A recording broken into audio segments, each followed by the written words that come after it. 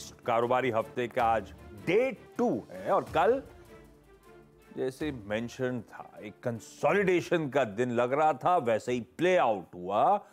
लेकिन बढ़िया वो टेक्सचर जो था बाय ऑन डिप्स का वो ब्यूटीफुली वर्क करा। शुरुआती दबाव से उभरे, एक समय तो बढ़िया हर निशान में भी पहुंचे भारतीय बाजार और लाजली उसके बाद फ्लैट लाइन के आसपास ही दिन भर कामकाज होता हुआ नजर आया। जब कल सुबह के ग्लोबल क्यूज पस्त थे तो सेशन बढ़िया था। हफ्ते की शुरुआत ज्यादा कंप्लेंट नहीं, एक्सपेक्टेड था कंसोलिडेशन और कंसोलिडेशन प्ले आउट भी हुआ। लेकिन वीरू आज भी संकेत उसी तरह के फ्लैटिश कामकाज के आ रहे हैं। बिल्कुल बिल्कुल, अगर आप देखें वैसे ही फ्लैटिश और आई थिंक कल हम एक कंसोलिडेशन से बाहर निकले, मतलब के दौर में गए। और कल यूएस मार्केट में देखिए क्या हुआ, एग्जैक्टली मोर और लेस इंडेक्स एक रेंज में रहे, लेकिन फिर भी याद रखिएगा हाईएस्ट क्लस्टर पे जाके क्लोज हुए। लेकिन उसको हम अभी नीरज जी से समझने की कोशिश करेंगे। लेकिन डाउ जोन्स फ्यूचर्स आपकी स्क्रीन पे करीब 19 अंक नीचे ट्रेड करता हुआ इस वक्त एज ऑफ नाउ 37,660 के स्तर पे। रेस्ट ऑफ एशिया आपकी स्क्रीन के निचले भाग पे है, डाउ जोन्स फ्यूचर्स करीब 19 अंक नीचे। बहरहाल आज के इस मुनाफे की तैयारी और साथ ही साथ पहला सौदा में क्रम क्या रहेगा, मतलब मेहमानों से हम किस तरीके से बात करेंगे, पैनल में आज कौन कौन होगा वो आपकी स्क्रीन पे हैं। हमारे साथ आज 8 से लेकर 10 बजे के बीच में जुड़ेंगे फंडामेंटल विशेषज्ञ गौरांग शाह, उनसे करेंगे बातचीत। एग्जैक्टली उनके अप्रोच क्या है मार्केट्स पे, और नरेंद्र सोलंकी से करेंगे बातचीत। ये है फंडामेंटल पर्सपेक्टिव से बातचीत करने के लिए प्रकाश काबा .com की प्रकाश काबा, राजेश पालवी एक्सिस सिक्योरिटीज से, शिवांगी शारदा मोतीलाल ओसवाल फाइनेंशियल सर्विसेज से मौजूद होंगी। पुणे से होंगे आशीष बहती और कविता जैन इंदौर से, लखनऊ से मानस जायसवाल, और साथ ही साथ आस्था जैन से आज हम आईपीओ मार्केट के बारे में चर्चा करेंगे। आशीष, बहुत बढ़िया। ये है आज का अगला 1 घंटे का लाइनअप। कोशिश हमेशा की तरह मार्केट की शुरुआत से पहले पूरी हो जाए मुनाफे की तैयारी, हर चीज टटोल ली जाए। खैर, एक इंपॉर्टेंट सेशन हमारे सामने खड़ा हुआ है। मंगलवार का दिन है, निफ्टी फाइनेंशियल सर्विसेज इंडेक्स यानी कि फिन निफ्टी की वीकली एक्सपायरी का दिन है। दूसरी तरफ आज सबसे इंपॉर्टेंट जो हफ्ते की शुरुआत में कल हम लोग मेंशन कर रहे थे, बैंक ऑफ जापान का पॉलिसी आउटकम आना है, इंटरेस्ट रेट डिसीजन आना है। और मेरे ख्याल से अब से कुछ ही देर बाद, मुझे याद इसलिए रहता है कि एक बार जब उन्होंने अपने वो बैंड में समीकरण बदले थे तब अपन 8:15 साढ़े 8 बजे का टाइम था। तो देखते हैं इसी शो के दौरान नीरज जी हैं बगल में बैठे हुए, नजर है उनकी, बैंक ऑफ जापान क्या करता है उस पर हम लोग फिर फोकस करेंगे। आज वो इंपॉर्टेंट इवेंट है, होपफुली वो बढ़िया तरीके से डाइजेस्ट हो चुका होगा, मार्केट खुलने से पहले उस पर सारी थ्रेड वेड डिस्कशन हो चुका होगा। और हाँ, प्राइमरी मार्केट्स का एक्शन प्रोड्यूसर साहब ने हेडलाइन में भी कहा, 3 खुले हुए आईपीओस कल, उस पर 3 और जुड़ गए। दरअसल 6 आईपीओस हैं जो आज सब्सक्रिप्शन के लिए अवेलेबल होंगे। तो इनमें से जो इंटरेस्टिंग है उन पे आज इस शो में बातचीत भी हो जाएगी। अब आइए संकेत, गिफ्ट निफ्टी बिल्कुल जहां कल क्लोज हुए थे वहीं खड़ा हुआ है। वीरू ने दिखाया एशिया, वीरू ने दिखाया यूएस आपको, और आज सुबह के यूएस के फ्यूचर्स भी ऐसे ही पस्त पड़े हुए हैं। लाजली कंसोलिडेशन का मूड बना हुआ है। ऐसे में तब और अब की फर्स्ट और सेकंड प्लेट रखिएगा स्क्रीन पे। हमने कल 3:30 बजे मंडे की क्लोज पे क्या फ्यूचर्स के भाव डाइजेस्ट किए हुए हैं और आज सुबह के फ्यूचर्स का समीकरण। कोई नैस्डैक देखेगा तो हमें हरा पचाना है, कोई डाउ देखेगा तो हमें लाल पचाना है। इसलिए मिक्स क्यूज के बीच में गिफ्ट निफ्टी भी फ्लैट खुल रहा है। लेकिन मूड माहौल है कैसा, डेटा पॉइंट्स क्या वॉच आउट करने, नीरज जी से समझ लिया जाए। नीरज जी, गुड मॉर्निंग, क्या चल रहा है? गुड मॉर्निंग आशीष। और जो एक शब्द हम लोग सुबह से बहुत बार यूज़ कर चुके, कंसोलिडेशन, वो यूएस में भी है, भारत में भी है। और उसकी सबसे दिलचस्प बात यह है कि फेड के ऑफिशियल्स कुछ भी बोलें, क्रूड में कोई भी जंप आ जाए, बॉन्ड यील्ड किधर इधर हो जाए, जापान की खबर आने वाली है, फिर भी कोई पोजीशन छोड़ने को तैयार नहीं, क्योंकि वो रिस्क कोई लेना नहीं चाहता है। आप समझने के लिए और अच्छे से भारत के बाजार देखिए, आप जैसे ही डिप आता है लोग बाय करने चले आते हैं। पिछले 10-5 दिन से जो देखा, तो वो गिर रहा है मार्केट या हल्का सा करेक्शन आया तो लोग निकलते नहीं है और बाई करते हैं। एग्जैक्टली यही यूएस में भी हो रहा है। तो वहाँ पे आप देखिए इंडाइसेस की स्पीड थोड़ी स्लो हो गई है, लेकिन अभी भी ऊपर तरफ जा रहे हैं। अब S&P अपने लाइफ हाई से सिर्फ 1.17% दूर है। 47-97 उनका लाइफ हाई है और वो बिल्कुल करीब है, मुझे लगता है 1-2 दिन के अंदर वो आ जाएगा। तो मार्केट यूएस का भी बहुत स्ट्रॉन्ग है, चाहे वो टेक्नोलॉजी वाला इंडेक्स हो, चाहे छोटा इंडेक्स हो या डाउ का हो, कोई दिक्कत वहाँ पे देखने को मिल नहीं रही है। बाइंग है और उनको ये पूरी उम्मीद है कि मार्च से कटौती शुरू हो गई। बैंक ऑफ अमेरिका ने कल कहा कि उनको 4 कटौती दिख रही है इस साल, 25-25-25-25, तो 1% पे। तो वो जो होप कन्विक्शन के साथ बिल्ट हो गई है वो जा नहीं रही है। तो पहले तो ये यूएस में कोई दिक्कत नहीं। दूसरा, जापान में भी थोड़ी देर फैसला आएगा, क्या होगा कहना भी मुश्किल है, लेकिन जो रिपोर्ट्स आ रही है उसके हिसाब से फिलहाल पॉलिसी में कोई चेंज नहीं है। टोन थोड़ा सा हो सकता है चेंज, और उनका इरादा है कि मई जून तक इसको ख़त्म करेंगे, तो वो टोन सुनना होगा। तीसरा, कच्चे तेल में एक बाउंस देखने को मिला, $78 के आसपास भाव पहुंच गया, 79 भी टच किया था उसने ब्रीफली। वो तो एक खबर आई कि रेड सी से जो शिप गुजर रहे थे वेसल्स वगैरह, उस पर हौती आतंकवादियों ने हमले बढ़ा दिए हैं। बढ़ा दिए शब्द ध्यान रखिएगा, वो करते रहते हैं छोटे मोटे, वो कभी ड्रोन से हमला कर देंगे, कभी छोटे मोटे रॉकेट मार देते हैं। कल उन्होंने ज़्यादा हमले कर दिए, तो उससे जो बीपी था उसने कहा हम अपना शिप ही नहीं ले जाएंगे इधर से। वैसे तो इक्विनॉक्स एनए ने कहा हम भी नहीं ले जाएंगे यहाँ पे। तो उसकी वजह से एक शॉर्ट टर्म के लिए बम्प आया है और क्रूड 78-79 के आसपास गया, लेकिन देखिए वहाँ पे भी टिक नहीं पा रहा है और नीचे की तरफ ही आ रहा है। तो इसलिए क्रूड को लेकर के भी ना तो भारत को कोई चिंता है ना यूएस को कोई चिंता है। क्रूड में अभी भी दिक्कतें बनी हुई हैं ओवर सप्लाई की, और अब ये रशिया कह रहा है कि हम शायद एक्सपोर्ट कट करेंगे। तो देखते कैसे आगे पैन आउट होगा, लेकिन मुझे लगता है कि अभी भी क्रूड 75 के बॉटम और 80 के अपसाइड के बीच में झूलता रहेगा। तो कोई दिक्कत तीनों फ्रंट पे नहीं है, ना जापान से, ना क्रूड से और ना ही यूएस से। कंसोलिडेशन है, छुट्टियों पर लोग जाने वाले हैं, जाते जाते एक बार लाइफ हाई बना के ही जाएंगे मुझे लगता है S&P का। ठीक है, तो ग्लोबली कोई दिक्कत नहीं है। कच्चा तेल जो उछला है वो भी ऐसा होता रहता है, नीजक रिएक्शन है, शायद उससे रिलेटेड ज्यादा और अपमूव, उससे रिलेटेड एटलीस्ट ज्यादा अपमूव अब आप एंटिसिपेट ना करें। बैंक ऑफ जापान का टाइम वाइज कैलकुलेशन के हिसाब से तो 8 बजे आना है आउटकम, अवेटेड इंडिया टाइम के हिसाब से। तो किसी भी वक्त वो आउटकम सामने आएगा, नीरज जी के पास चलेंगे और समझ लेंगे। एक और जो सरदर्द है, बस एक ही सेंट्रल बैंक का बचा रह गया है, BOJ का। उसका हमारे लिए इंपॉर्टेंस ये है कि येन कैरी ट्रेड, सस्ता पैसा दुनिया में जो झोंकते हैं जापान के थ्रू, उस पर कहीं सेंध न लगे, ऐसा अनलाइकली है। इन्होंने खुद ही मेंशन कर दिया है, कुछ नहीं होगा, अल्ट्रा लूज पॉलिसी कंटिन्यू होगी। खैर, अभी अवेटेड वो डिसीजन, लेकिन कुछ ही देर में वो सामने आ चुका होगा। टिकर टीम भी नजर रख रही होगी उस बैंक ऑफ जापान के आउटकम पे। अब लेकर आइए जरा मार्केट्स, और निफ्टी कल का आपको आपकी स्क्रीन पे नजर आएगा। बढ़िया समीकरण है। कल आपको याद होगा ग्लोबल क्यूज सुबह के समय ऐसे ही पस्त थे, तो हम दबाव के साथ शुरुआत करी। वो दबाव दरअसल टू बी प्रिसाइज 91 पॉइंट्स का दबाव था शुरुआती टिक्स में। उसके बाद बढ़िया इंट्राडे रिकवरी। एक समय ग्रीन में 26 पॉइंट ऊपर तक निफ्टी था, इन ग्रीन 90 पॉइंट नीचे वाला 26 पॉइंट हरे में गया। हाँ, उसके बाद लार्जली फिर कंसोलिडेशन ही रहा और फाइनली क्लोज हल्की सुस्ती के साथ होता हुआ नजर आया। पर वीरू को दिखाइए स्क्रीन पे, कल सुबह जो चर्चा हुई थी बिल्कुल प्रिसाइसली वैसे ही हुआ। ये मेंशन था कि कंसोलिडेशन की अब एक रिक्वायरमेंट है। निफ्टी जब तक 21,510 के ऊपर नहीं जा रहा है, नया मूव नहीं बनेगा। और इंट्राडे ट्रेडर्स को करना क्या है, जो बेस वन मेंशन्ड है 21,370 362 के आसपास का जोन था, वो हमारा बेस वन, उन लेवल्स पे आए तो खरीदिएगा। लीजिए ऊपर देखिए कल का लोस 365 के उसी जोन से बाजार घूमते हुए नजर आए थे। तो अगर वो दिन के दौरान शुरुआती टिक्स में बेस वन पे खरीदा होगा तो बाजार ने ड्यूली रिवॉर्ड भी किया। वीरो, लेकिन आज का फ्रेश अप्रोच, पहले निफ्टी की चर्चा, क्या करा जाए? जी आशीष, देखिए पहले एक बात मैं कहना चाहूँगा, कल हमें स्विंग मिल गया, अच्छी बात है, हमने चैनल में ट्रेड किया। लेकिन एक बात और याद रखिएगा, जब वर्ल्ड वाइड कंसोलिडेशन हो ही रहा है, चाहे वो यूएस के इंडस्ट्रीज हो, चाहे वो एशिया के इंडस्ट्रीज हो, या फिर हम जिसमें कल जंप कर गए, एक बात याद रखिएगा, हम short term averages, even the 5 day 10 day 20 day market तो छोड़ ही दीजिए बात, अभी बहुत दूर है। मैं जितनी कमेंट्री कर रहा हूँ उसमें जो मुख्य अंश है वो सिर्फ रेफरेंस पॉइंट है, ऑप्शन स्टेट्स। हम एवरेजेस से बहुत दूर हैं, याद रखिएगा।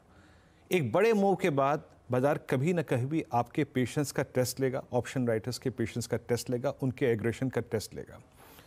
तो जब तक ठीक है, ऑप्शन बेस ठीक है, बट कभी ना कभी आज कल परसों में या फिर इस हफ्ते में बाजार अपने एवरेजेस को टेस्ट करने आएगा ही आएगा। आप लॉन्ग ट्रेड कर रहे हैं, करिए ठीक, लेकिन जहन में रखिए लॉ ऑफ ग्रेविटी।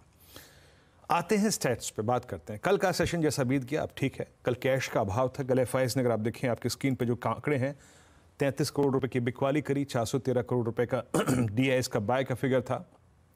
और इंडेक्स फ्यूचर्स एफआईएस ने करीब 16 करोड़ रुपए का बाय किया, 903 contracts long, short 291 contracts cover कर लिए। उसके बाद स्टॉक फ्यूचर्स में 1894 करोड़ रुपए की सेलिंग, 19,000 कॉन्ट्रैक्ट्स यहाँ पे लॉन्ग, प्रॉफिट्स को कैश में कन्वर्ट कर लिया। बहुत सारे कल बैंकिंग स्टॉक फ्यूचर्स में हायर लेवल से प्रॉफिट बुकिंग थी, कल आईटी में हायर लेवल से प्रॉफिट बुकिंग थी स्टॉक फ्यूचर्स में प्रॉफिट बुकिंग। इंडेक्स ऑप्शंस के आंकड़ों में एग्जैक्टली ऑन मंडे यानी फ्राइडे स्पेंड करने के बाद मंडे के सेशन में एफआईएस के आंकड़ों में थोड़ी सी नरमी ये है कि कल उन्होंने, देखिए परसों भी शुक्रवार को भी उन्होंने कॉल बेची थी, उन्होंने कल भी कॉल बेची, 2,56,000 कॉल बाय करके 288 कॉल बेच दी। लेकिन कल क्या हुआ, एक और चीज़, शॉर्ट पुट कम हुई है। शॉर्ट पुट का मतलब ये है 67,000 पुट कम जो हुई, जो पुट बिकी हुई थी वो इस फियर में कि ये बेस शायद टूट सकता है, वो कम हुई। सो मैं इसीलिए बार बार उस कमेंट्री में अंश को रख रहा हूँ बार बार, ऑप्शन बेस टूटा तो एवरेजेस पिक्चर में आ जाएंगे, but till the time option base है, उसको रिस्पेक्ट करेंगे। जरा निफ्टी ये एफआईएस के स्टैट से कहेंगे डॉक्टर साहब, जरा वो नेट कॉन्ट्रैक्ट की फिगर वो वहीं पे स्टेबल है आशीष, 50,211 नेट लॉन्ग कॉन्ट्रैक्ट्स 50,211 की रेंज में स्टेबल है, कोई सब्सटेंशियल परिवर्तन नहीं है पिछले 3-4 सेशन में। तो एक पॉज यहाँ भी आया है, याद रखिएगा, नेट लॉन्ग में पॉज यही अभी आया है। इसमें ब्रेकआउट तभी आएगा जब हम 51-52 की ट्रैजेक्टरी को पार कर देंगे। Now let's come to Nifty charts. याद रखिएगा हम अपने 5 डे, 10 डे, 20 डे से बहुत दूर हैं। सारी कमेंट्री आधारित होगी ऑप्शंस के आंकड़ों के ऊपर। कल हमारा पॉइंट था कि जब तक 5-10 ना निकले मशक्कत बहुत ज़्यादा ऊपर की तरफ बाजार नहीं करेगा, डिप को ही हमें बाय करना पड़ेगा। आज क्या है वो पॉइंट, देखिए first time in last several sessions, बहुत सारे सेशंस के बाद पहली बार कल वीकली कॉल राइटर्स ने ग्रिप ली है एट 21,500, एट 21,600, 51,500, 51,600 पे कल वीकली कॉल राइटर्स विजिबल थे आशीष। कल आप देखिए 21,500, 21,600 पे आउटस्टैंडिंग वाई सब्सटेंशियली हाई हो गया ये स्क्रीन पर, 51 लाख, उसके बाद 51,600, 51,600 और नीचे 51,300 और 200 की पुट सब्सटेंशियल वाई होल्ड करती हैं। पिरामिड्स यही बात रिफ्लेक्ट कर रहे हैं। जब आप पिरामिड्स देखेंगे तो 51,500, 600 एक लोड जोन है और नीचे 51,300 और 200 एक सपोर्ट जोन है। फिर कहूंगा it's not exactly averages, it's option base. एक और चीज, कल मंथली कॉल राइटर्स में, मतलब मंथली स्टैट्स में भी 21,500 पे कॉल राइटर्स हैं, तो यानी 21,500 अब एक मीनिंगफुल पॉइंट बन गया एज ए थ्रेशहोल्ड भी, मतलब जिसके पार होने पे अच्छी शॉर्ट कवरिंग भी होगी और जब तक पार नहीं हुआ वो एक प्रेशर जोन के तौर पे काम भी करेगा। But as of now for me at least base is 21,300, 21,300, 21,200। Approach क्या रखेंगे, बेस 1 स्क्रीन पे लेके आइएगा।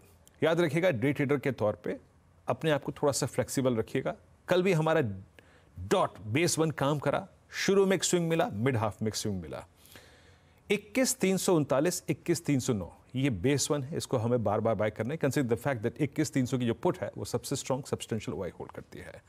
बट मैं फिर कह रहा हूँ बाजार पेशेंस का टेस्ट करेगा, हमारे जो हमने पुट्स बेची हुई हैं उनको एक ना एक बार टेस्ट करने आएगा और इसी कंसोलेशन में हो सकता है कि बाजार आपको एक दिन सेकेंड बेस 21,249 दिखाए, टेस्ट करने जाए 21,190 और मैं इसका बार बार उल्लेख कर रहा हूं कि 21,190 ये आपका पोजिशनल स्टॉप लॉस रहेगा। ये सेकेंड ऑप्शन बेस है हमारा जिसको हमें रिस्पेक्ट देनी है। और एक और बात याद रखिएगा, एक पिक्चर ड्रॉ कर देता हूं, अगर 21,190 के नीचे हम स्लिप कर रहे हैं दैट मीन्स बाजार कहीं ना कहीं अपने शॉर्ट टर्म एवरेजेस को टेस्ट करने की ठान चुका है। इन दैट सर्कमस्टेंसेस 21,005 तक का, 21,033 तक का रिट्रेसमेंट पॉसिबल है जो हमने बुधवार को पार किया था।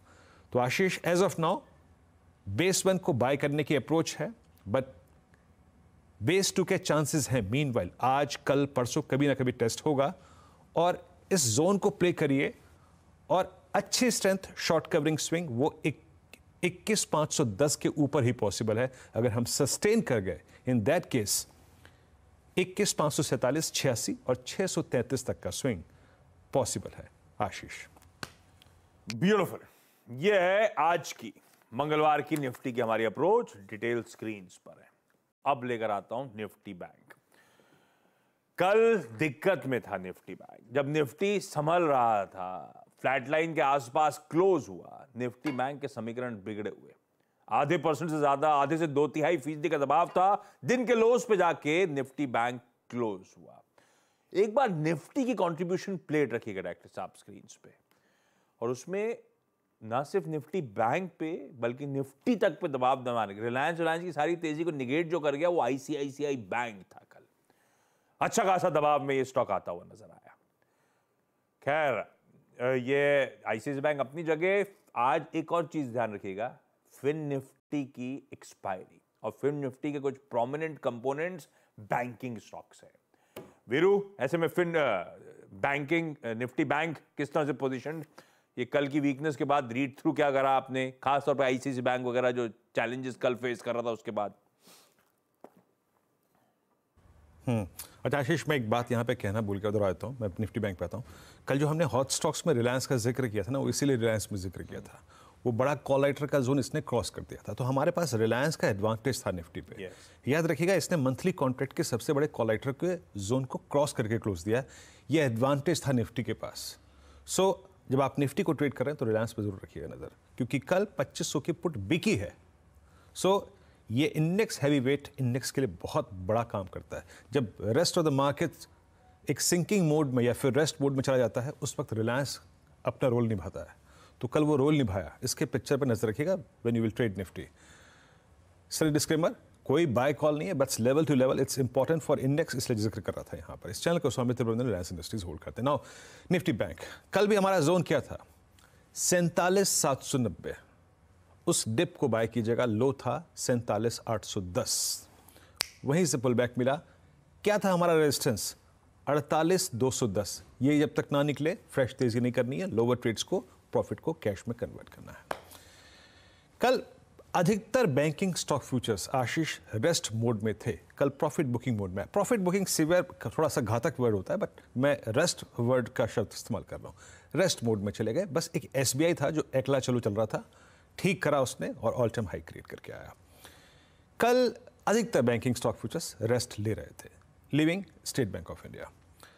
कल आशीष अगर आप पिरामिड्स को देखें तो 48,000 की एट द मनी कॉल पे, और 48,200 पे, और उसके बाद 48,500 पे। इन तीन स्ट्राइक्स में तहजीब से राइटिंग हुई है। स्पेशली 48,000 की जो कॉल है ना, वहाँ पे आशीष बहुत ही ज़्यादा राइटिंग हुई है, और इसका आउटस्टैंडिंग वाई समझ लीजिएगा कि पहुँच गया है इट्स 43.40, करीब 43,40,000।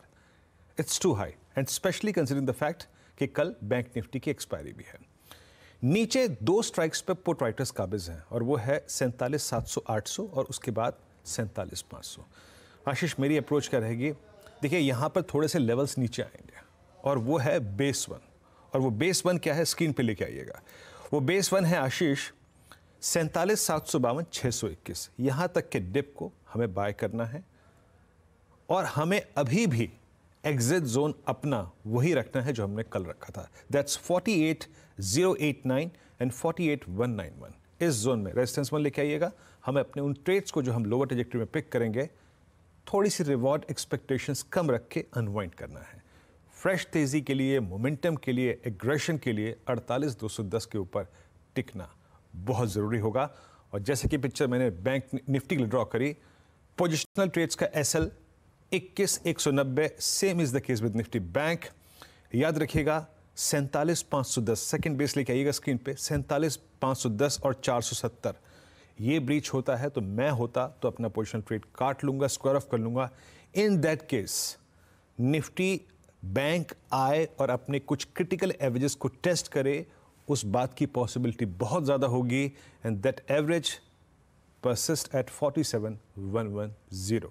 आशीष। Okay, beautiful. ये है निफ्टी बैंक का आज का ट्यूसडे का अप्रोच, और इस बीच